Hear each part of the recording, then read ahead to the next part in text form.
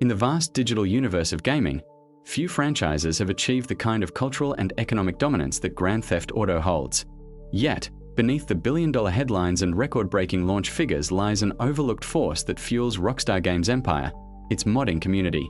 Mods, short for modifications, are essentially fan-made alterations that change or expand the game in ways the developers never officially designed. On the surface, they seem like small acts of creativity, fans tweaking textures, adding cars, or scripting new missions for fun. But beneath that, there's a deeper economic reality. Every line of fan code, every user-made enhancement, and every cinematic recreation inside the game contributes quietly to Rockstar's financial ecosystem. Without asking for a cent, the modders of Grand Theft Auto have become unpaid marketers, developers, and innovators who continuously breathe life into a game that should have peaked years ago. When GTA 5 launched in 2013, it sold over 34 million copies in its first year. By 2025, that number had skyrocketed past 200 million units, making it one of the best-selling entertainment products in history. But sales like that don't just sustain themselves for over a decade. Most games fade into obscurity within months, yet GTA continues to thrive. The reason? Mods.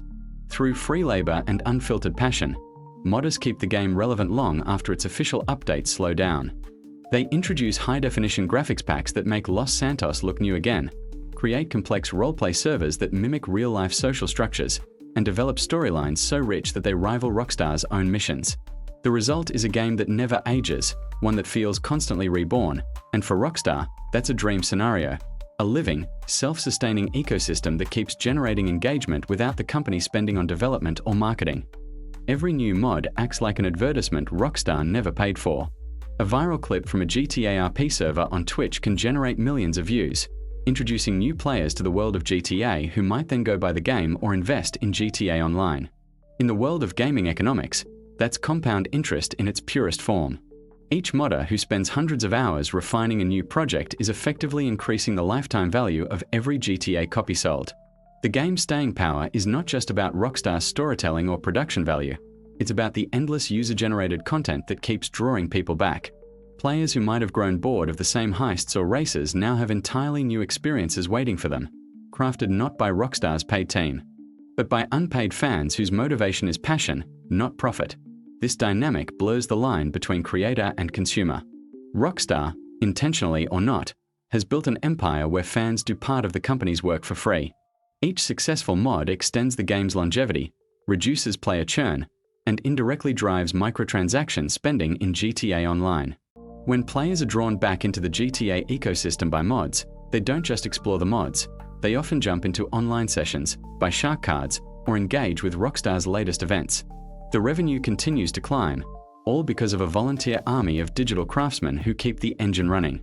In the corporate world, this is an efficiency few companies could ever dream of, a customer base that improves and markets the product indefinitely, all without formal contracts or salaries. But this relationship is complex.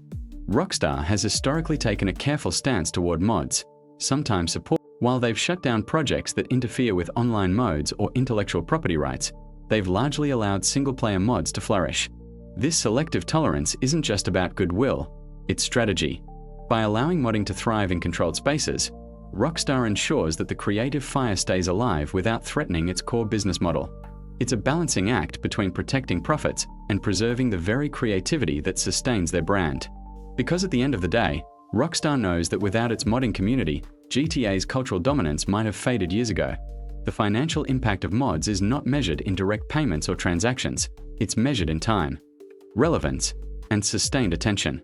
Attention is the real currency of modern gaming, and mods keep GTA endlessly in circulation across social media platforms, YouTube channels, and Twitch streams.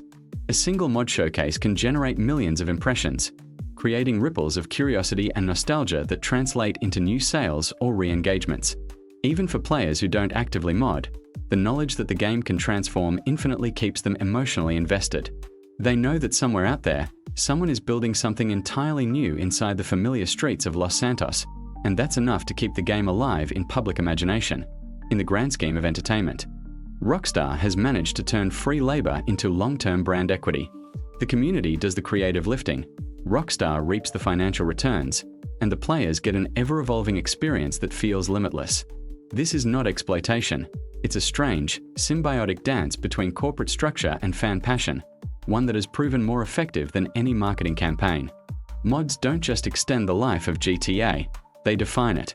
They keep a 12-year-old game relevant in a world that forgets trends overnight. They turn a product into a platform and fans into collaborators. What makes this phenomenon remarkable is that it's largely invisible in financial reports. You won't find a line in Take-Two Interactive's earnings presentation titled Modding Impact. Yet, it's there, silently driving engagement, prolonging interest, and inflating Rockstar's valuation. When analysts talk about GTA's unprecedented longevity, what they're really describing is the hidden value created by people who work for free, not because they have to, but because they love the world Rockstar built. It's the most organic form of growth in modern entertainment, unpaid creativity that compounds into corporate profit. The financial story of GTA mods is one of invisible hands shaping a visible empire. It's a story of how free passion can generate billions in long-term value, how a community's obsession can sustain a franchise across generations. Rockstar may be the architect, but the modders are the silent builders. Together, they've created something that transcends a single game, a digital economy powered not by contracts or salaries, but by creativity, curiosity, and the relentless desire to make something great even greater.